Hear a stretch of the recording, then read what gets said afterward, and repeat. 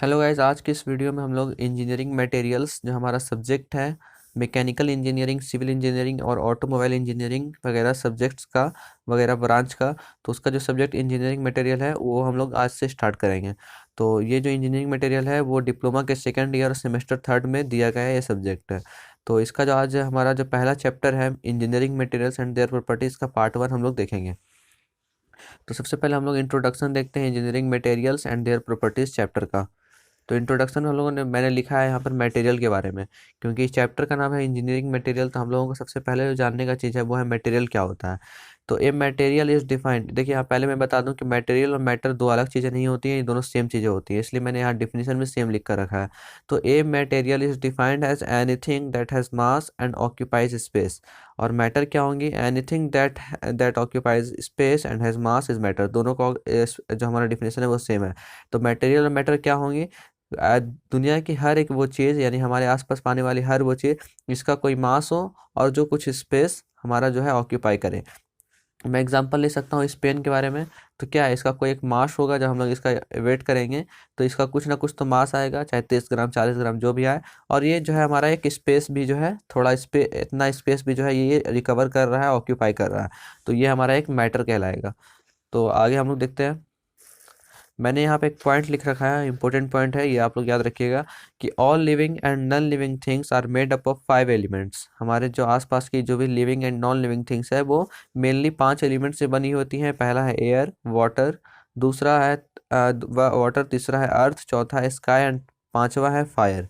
तो ये याद रखिएगा आप लोग, ये मैंने सही लिख दिया है, ये आपके सब्जेक्ट या फिर आपके चैप्टर में नहीं है, मैंने आप लोगों का सिर्फ नॉलेज के लिए लिख दिया है। अब यहाँ पर हम लोग क्लासीफाई, जो हम लोग जो इंजीनियरिंग मटेरियल्स हैं उसको दो बेसिस पर क्लासीफाई करते हैं। कौन कौन से बेसिस पर? तो matter classified on the basis of physical and chemical properties. जो हमारे मैटर के फिजिकल और जो केमिकल प्रॉपर्टीज होते हैं उसके आधार पर, उसके बेसिस पर हम लोग जो है मैटर को क्लासीफाई करते हैं।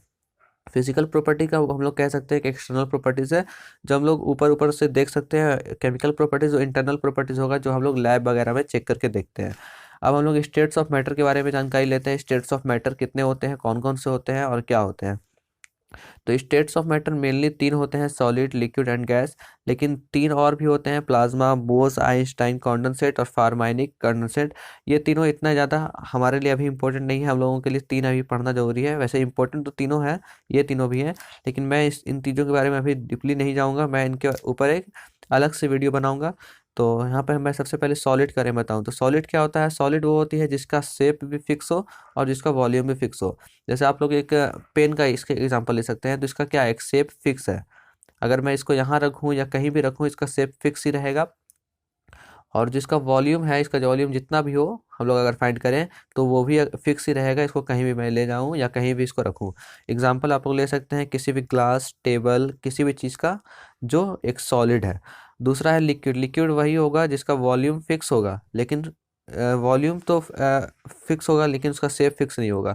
एग्जाम्पल आप ले सकते हैं वाटर का। वाटर एक लिक्विड है, और वाटर को आप लोग अगर ग्लास में, अगर उसका जो वॉल्यूम है वो अगर हम लोग 1 लीटर लें, तो अगर उसको हम लोग दूसरे कंटेनर में अगर हम लोग उसको कन्वर्ट करते हैं तो वो भी 1 लीटर ही होगा, लेकिन जिसका शेप होगा वो चेंज हो जाएगा। तीसरा हम लोगों के पास जो स्टेट ऑफ मैटर है वो है गैस। गैस क्या होता है? जिसका वॉल्यूम भी फिक्स नहीं होता और शेप भी फिक्स नहीं होता। एग्जाम्पल एयर ले सकते हैं, क्योंकि एयर का क्या होता है, ना तो वॉल्यूम ही फिक्स होता है और ना ही जो उसका शेप ही फिक्स होता है। वो शेप भी अपने कंटेनर के हिसाब से वो क्या करेगा, अपना अपने आप को ढाल लेगा, उस तरह से अपना वॉल्यूम भी वो अपने कंटेनर के रूप में बदल लेता है। तो एयर हमारा गैस कहलाएगा। अब हम लोग देखते हैं प्लाज्मा क्या होता है। तो प्लाज्मा भी गैस का एक रूप कह सकते हैं, क्योंकि प्लाज्मा क्या होता है, देखिए गैस क्या होता है, हम लोग वाटर, जब हम लोग को वाटर को हीट करते हैं, हम लोग यहाँ पे वाटर के बारे में बात, हम लोग यहाँ पे गैस के बारे में बात कर रहे हैं, वाटर वाला जो गैस है एयर के बारे में बात कर रहे हैं। तो क्या होता है, जब हम लोग वाटर हम लोग ग्लास में लें या फिर किसी भी कंटेनर में लें और उसको जब हम लोग हीट करते हैं, यहाँ पर टेम्परेचर देते हैं, तो वो क्या होता है, वो इवेपोरेट होके क्या कर रहा है, हमारा जो है वेपर में बदल जाता है, वाटर वेपर में बदल जाता है। तो जो हम इसको जिसको वाष्प भी कह सकते हैं उसमें बदल जाता है, तो वही हमारा गैस होता है। अब अगर हम उसको भी एक ही नियमित, यानी इसको कह सकते हैं कॉन्सेंट्रेटेड हीट से अगर हम उसको और भी टेम्परेचर या हीट देते जाएं, तो वो जो है एक प्लाज्मा के रूप में बदल जाता है। और उसका वॉल्यूम भी फिक्स नहीं होता लाइक गैस की तरह, और शेप भी फिक्स नहीं होता। और इसको हम लोग प्रैक्टिकल लाइफ में हम लोग एग्जांपल लें तो जैसे लाइटनिंग होती है, यानी जो बिजली कड़कती वगैरह है, वो भी क्या होती है, उसका भी जो मेन कोर होता है वो प्लाज्मा होता है। स्टार्स का भी कोर प्लाज्मा ही होता है। इलेक्ट्रिक स्पार्क भी प्लाज्मा से ही बना होता है। और जो हमारा ट्यूब लाइट होता है उसके अंदर भी प्लाज्मा ही होता है। अब हम लोग देखते हैं कि इंटरमीडिएट स्टेट्स ऑफ मैटर कौन कौन से हैं। तो इसमें दो आते हैं, एक है बोस आइंस्टाइन कंडेंसेट और दूसरा है फर्माइनी कंडेंसेट। बोस और आइंस्टाइन दो साइंटिस्ट हैं, इन दोनों ने मिलकर ही इस चीज़ को डिस्कवर किया था, इसलिए इसका नाम बोस आइंस्टाइन कंडेंसेट दिया गया है। आइंस्टाइन को तो आप लोग जानते भी होंगे। और दूसरा है फर्मायोनिक कंडेंसेट। तो इन दोनों चीज़ों के बारे में यहाँ डीपली नहीं जाऊँगा, किसी दूसरे वीडियो में, किसी अलग वीडियो में मैं इसके बारे में पूरी अच्छी तरीके से डीपली पढ़ाऊँगा। तो प्रॉपर्टीज़ ऑफ पार्टिकल्स में हम लोग देखें तो प्रॉपर्टीज़ क्या क्या होती है। यहाँ पर मैं मैटर की प्रॉपर्टीज़ की बात नहीं कर रहा हूँ। मैटर की इस चैप्टर का जो नाम है वो है engineering materials and their properties. Material की प्रॉपर्टीज़ और इंजीनियरिंग मटेरियल्स क्या होता है ये जानना है। तो हम लोग यहाँ पर मैटर की नहीं, मैटर की बात आगे करेंगे। यहाँ पर मैं प्रॉपर्टीज़ ऑफ पार्टिकल्स की बात कर रहा हूँ कि पार्टिकल्स की कौन कौन सी प्रॉपर्टीज़ होती है, पार्टिकल्स कौन कौन सी प्रॉपर्टीज शो करता है। तो सबसे पहला जो प्रॉपर्टी है हम लोग देखते हैं कि matter is made up of particles and particles have space between them. तो जितने ही मैटर हम लोग बात की कि मैटर मैटर क्या होता है, मैटर वो हर चीज जो थोड़ा जो कुछ मास हो, जिसका कोई मास हो और जो कुछ स्पेस ऑक्यूपाई करे, तो वो हर एक मैटर जो होगा वो पार्टिकल से मिलकर बने होते हैं। पार्टिकल्स का एग्जाम्पल हम ले सकते हैं इलेक्ट्रॉन, प्रोटॉन, न्यूट्रॉन, ये पार्टिकल्स में आते हैं। And particles have space between them. और पार्टिकल्स के बीच में जो होते हैं स्पेस भी होता है। तो ये पार्टिकल्स के बीच में स्पेस होता है, इसका एक एग्जांपल लाइफ एग्जांपल हम लोग आगे लेंगे। और एक्सपेरिमेंट क्या किया गया था इस चीज़ को प्रूव करने के लिए कि सॉल्ट और शुगर यानी चीनी और नमक को वाटर में मिक्स किया गया था। तो इससे हम लोगों का ये प्रूव हुआ एक्सपेरिमेंट से। अब हम लोग दूसरा इसका प्रॉपर्टीज देखते हैं पार्टिकल का। दूसरा प्रॉपर्टी है, दूसरा प्रॉपर्टी हम लोग देखेंगे, इसके बारे में चेक करेंगे कि हाउ बिग और how small are the particles. कि इस पार्टिकल्स अगर बड़े होते हैं तो कितने बड़े होते हैं, और अगर छोटे होते हैं तो कितने छोटे होते हैं। तो यहाँ पर जाहिर सी बात है कि मैटर का जो पार्टिकल होता है वो बहुत ही स्मॉल साइज में होता है। तो एक्सपेरिमेंट किया गया है कि हल्दी जो होता है उसको मिक्स किया गया वाटर में, तो हल्दी वाटर का जो कलर है वो फेड हो गया। इससे हम लोगों का कंक्लूजन निकला कि पार्टिकल्स ऑफ मैटर बहुत ही छोटे होते हैं, are very very small in size. और हम लोग जानते हैं कि इलेक्ट्रॉन, प्रोटॉन, न्यूट्रॉन को हम लोग खुली आंखों से देख नहीं सकते, उसके लिए हम लोगों को माइक्रोस्कोप वगैरह की जरूरत पड़ती है, जो कि बहुत ही छोटे लेवल पर होते हैं। आने वाली वीडियोस में मैं आप लोगों को ये भी बताऊंगा कि जो हमारे इलेक्ट्रॉन, प्रोटॉन होते हैं उनका कितना मास होता है, वो हर चीज़ के बारे में आगे हम लोग जानेंगे। अब तीसरा प्रॉपर्टी हम लोग देखें पार्टिकल्स का। तो particles of matter are moving constantly. जो मैटर के पार्टिकल्स होते हैं जैसे इलेक्ट्रॉन, प्रोटॉन, न्यूट्रॉन वगैरह, वो मूव करते हैं कॉन्स्टेंटली। अब इससे हम लोगों का क्या मतलब है कि पार्टिकल्स मूव कर रहे हैं। तो एक एग्जांपल हम लोग ले लें लाइफ एक्सपेरिमेंट का, लाइफ एग्जांपल। तो अगरबत्ती का जो धुआं होता है उसका खुशबू आप लोग देख सकते हैं कि एक जगह से दूसरी जगह तक फैलता है। ऐसा क्यों होता है? क्योंकि जो पार्टिकल्स होते हैं, किसी भी मैटर का पार्टिकल्स जो होते हैं वो मूव करते हैं कॉन्स्टेंटली। क्यों क्यों मूव करते हैं? तो कंक्लूजन ये था कि पार्टिकल्स हैव काइनेटिक एनर्जी। क्योंकि जो पार्टिकल्स होते हैं मैटर के अंदर, वो उसके अंदर काइनेटिक एनर्जी पाया जाता है। So particles of matter are move, इसलिए जो पार्टिकल्स होते हैं मैटर के वो मूव करते हैं। अब एक यहाँ पे मैंने पॉइंट लिखा है, इंपॉर्टेंट पॉइंट, कि टेम्परेचर बढ़ाने से काइनेटिक एनर्जी बढ़ता है, किसका? मैटर के पार्टिकल्स का, जिससे उसका स्पीड करने की जो इसका मूव करने की जो स्पीड है वो ही बढ़ जाती है। तो एग्जांपल जैसे यहाँ पर हम लोग लिए थे अगरबत्ती का धुआं। तो अगरबत्ती को क्या करते हैं हम लोग? हीट करते हैं, जिसकी वजह से वो क्या होता है? धुआं निकलता है। अब चूंकि धुआं अगर गर्म है, या फिर कह सकते हैं धुआं है, या फिर हम लोग एक और एग्जांपल ले सकते हैं यहाँ पर गर्म खाने और ठंडे खाने का। तो उसका एग्जांपल हम लोग नीचे लेंगे। तो जैसे ही हम लोग यहाँ पर देखेंगे काइनेटिक एनर्जी बढ़ाने से उसका जो स्पीड होता है वो भी बढ़ जाता है, इसलिए वो ज़्यादा मूव करता है और एक जगह से दूसरी जगह जल्दी पहुँचते हैं। यहाँ पर एक इस वर्ड दिया गया है स्प्रेड। इसी को मतलब काइनेटिक एनर्जी बढ़ने से उसका मूविंग स्पीड बढ़ जाता है, इसको हम लोग स्प्रेड कहते हैं। अब एक यहाँ पर एक दिया गया है वर्ड, एक यहाँ पर एक वर्ड दिया गया है, उसका मीनिंग क्या है कि टू पार्टिकल जब मिक्स होते हैं एक साथ, एक दूसरे से मिक्स होते हैं, उसको हम लोग डिफ्यूजन कहते हैं। दो पार्टिकल जब एक दूसरे से मीट कर जाते हैं उसको हम लोग डिफ्यूजन प्रोसेस कहते हैं। अब यहाँ पर हम लोग लिखे हैं particles of matter attract each other. ये हमारा चौथा प्रॉपर्टी हो गया पार्टिकल्स का, कि पार्टिकल्स, मैटर के जो पार्टिकल्स होते हैं वो एक दूसरे को अट्रैक्ट करते हैं। इसका मीनिंग भी हम लोग देख सकते हैं कि जो रॉड है, इरेजर है, स्केल है और चौक है, इन चार एग्जांपल लिए हैं। चारों में से रॉड जो होगा इसका अट्रैक्शन फोर्स सबसे ज़्यादा है, और जो चौक है उसका अट्रैक्शन फोर्स सबसे कम है। इन चीज़ों के बारे में मैं आगे डीपली भी जाऊँगा। तो अभी आप लोग शॉर्ट में समझें। और कंक्लूजन क्या निकला इससे कि the strength of the force of attraction varies from one kind of matter to and, but this clearly tells us that there exist force of attraction between the particles of matter. तो इससे हम लोग conclusion निकलता है कि जब हमारे किसी भी मैटर का होता है, किसी भी मैटर का जो अट्रैक्शन फोर्स होता है मैटर टू मैटर चेंज होते रहता है, लेकिन एक चीज़ यहाँ पर क्लियर होता है कि हर एक मैटर का कुछ ना कुछ अट्रैक्शन फोर्स होता है। हर एक मैटर का, पार्टिकल्स का कुछ ना कुछ, हर एक मैटर का नहीं, हर एक पार्टिकल्स ऑफ मैटर का कुछ ना कुछ attraction of force of attraction होता है। अब मैंने यहाँ पे एक did you know important point लिख रखा है कि the smell of hot food reaches you several metres away but not for cold food because.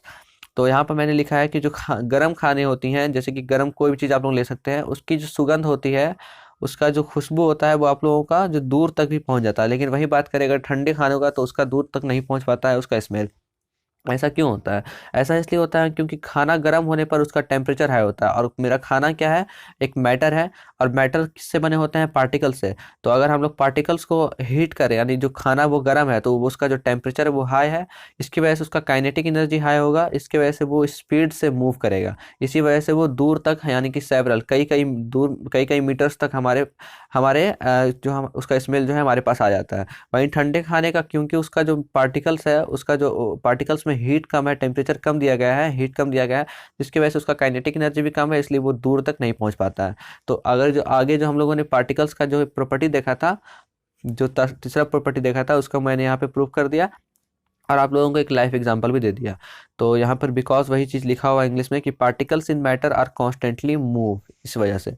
अब एक और एग्जांपल लेते हैं हम लोग, लाइफ एग्जांपल, जो पिछला एक प्रॉपर्टी हम लोग देखे थे उसके बारे में। तो पीछे मैंने आप लोगों को एक प्रॉपर्टी बताया था कि जो पार्टिकल्स ऑफ मैटर होते हैं उनके बीच स्पेस होता है, तो इसको किस तरह से हम लोग देख सकते हैं लाइफ में।